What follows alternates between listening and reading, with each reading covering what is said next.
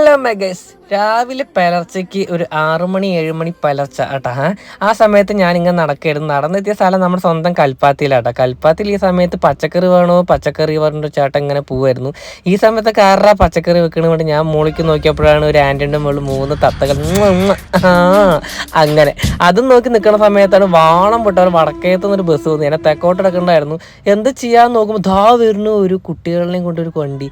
എനിക്ക് പെട്ടെന്ന് എൻ്റെ അമ്മനെ ആലോചിച്ചിട്ട് എൻ്റെ അമ്മനെ പണ്ട് ഇങ്ങനെയൊക്കെ വിട്ടിട്ടുണ്ടായിരുന്നു, തന്താനി നാനോ താനിന്നാനോ. അങ്ങനെ ഓർമ്മകളൊക്കെ അയവിറക്കി ഞാൻ ഇങ്ങനെ നിൽക്കുന്ന സമയത്ത് പെട്ടെന്ന് ഇതാ ഒരു ചേച്ചി ലിഫ്റ്റിന് വേണ്ടി ഇങ്ങനെ കരയണു കേസ്. ആരും നിർത്തുന്നില്ല കേസ്. അവസാനം ഞാൻ നമ്മുടെ മുടുക്കൻ ചക്കൻ പോയി ലിഫ്റ്റേക്ക് കൊടുത്തു. നന്മയുള്ള ലോകമേ ഞാൻ ട്ടാ.